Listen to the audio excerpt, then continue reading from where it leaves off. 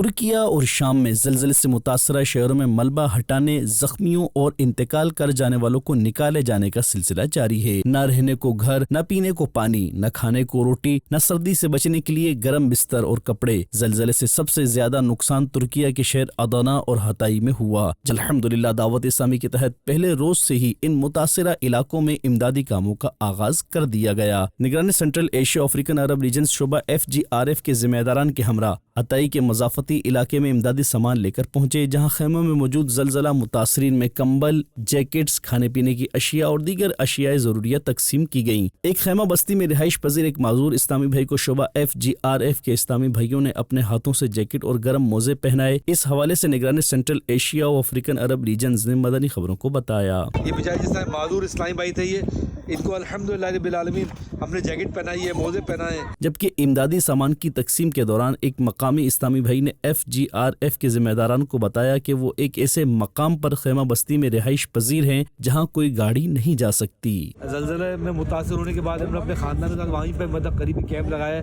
یہ یہاں سے گزر رہے تھے، انہوں نے دیکھا کہ ہم یہاں تقسیم کر رہے ہیں تو انہوں نے رک کے ہم سے بات کی۔ الحمدللہ رب العالمین فوری طور پہ ان کو جو ہے وہ یہ 15 کمبل اور جیکٹیں اور راشن ان کو پیش کر دیا گیا الحمدللہ۔ نگران ریجنز اور FGRF کے ذمہ داران نے زلزلے سے متاثر ہونے والے خاندانوں میں راشن اور دیگر سامان کی تقسیم کا سلسلہ کیا۔ ہتائی کے اطراف مختلف علاقوں میں راشن و اشیاء ضروریہ کی تقسیم کے حوالے سے نگران ریجنز نے بتایا 20 فیٹ کنٹینر ہم لے کر ہتائی شہر پہنچے اور وہاں زلزلہ زدگان میں ہم نے جو ہے وہ کمبل، جیکٹیں، راشن اور گرم موزے وغیرہ تقسیم کیے۔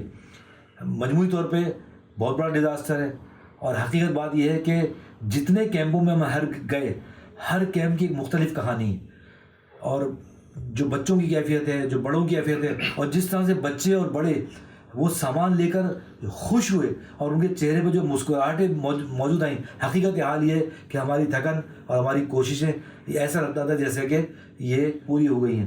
دوسری جانب استنبول کے علاقے سلطان غازی میں قائم مدنی مرکز فیضان مدینہ میں زلزلے سے متاثر ہونے والے عاشقان رسول کے لیے سامان کی آمد اور امدادی کاموں کا سلسلہ رہا۔ اس حوالے سے مبلغ دعوت اسلامی نے بتایا یہ سلطان غازی عصمت پاشا استنبول کا ہمارا مرکز ہے۔ یہ ابھی ماشاءاللہ آپ دیکھ رہے ہیں بڑے بڑے یہ بورے، اس میں نئے جیکٹس ہیں جو کہ سردیوں کے جیکٹس ہیں، اور یہ ہم نے کل پرچیز کیے تھے، آج یہ آ گئے ہیں۔ کل انشاءاللہ عز و جل 1000 باکسز جس میں کھانے پینے کا سامان ہے وہ بھی آ رہا ہے، پھر ہم یہ اس کی پیکنگز کریں گے انشاءاللہ عز و جل۔